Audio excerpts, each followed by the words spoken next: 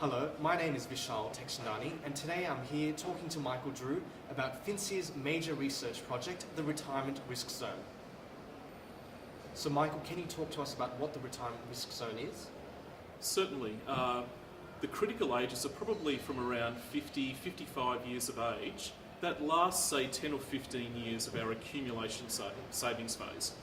And then we need to think about the decumulation phase, so the 10 or 15 years after we retire, and how we think about taking that pool of retirement savings and generating lifetime income from those savings.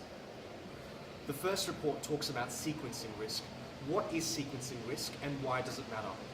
Sequencing risk is important for plans like superannuation because they're defined contribution in nature. So therefore, many Australians, the individuals, bear the retirement outcome risk.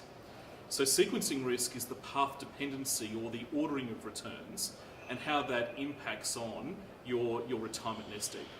So one of the critical findings of the report is the interplay between when our largest amount of retirement savings are at risk and how the ordering or sequence of investment returns can lead to dramatically different dollar-weighted return outcomes. So you could imagine for a baby boomer, the last decade or so has seen the 9/11, the dot-com bubble, subprime crisis, the GFC, and now the sovereign debt crisis. And you could imagine the impact of that ordering of returns on the retirement nest egg today. Okay. Now, one of the key findings of the report was that a poorly timed retirement can lead to 30% less savings. Can you talk about why that is? Sure. So one of the findings is that if you have a big negative event, particularly say in the last 5 years of your working life, that can be equivalent to 1.5 times your lifetime savings in superannuation. So one of the important findings in the report is that when we're thinking about managing this risk, what are the retirement outcomes we're trying to achieve? What is an appropriate level of risk for, say, the last 5 or 10 years of our retirement saving journey?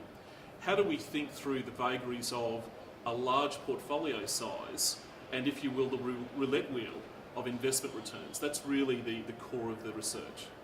And lastly, Michael, what can we expect in the second phase of the research? So one of the things that is very important now is, as the system matures, how we think about the decumulation or distribution or retirement income journey. So the next step in the research phase is to think about how we think through managing the interplay of your retirement savings pool, sequencing risk, and appropriate levels of income that can be sustained as we live longer and longer.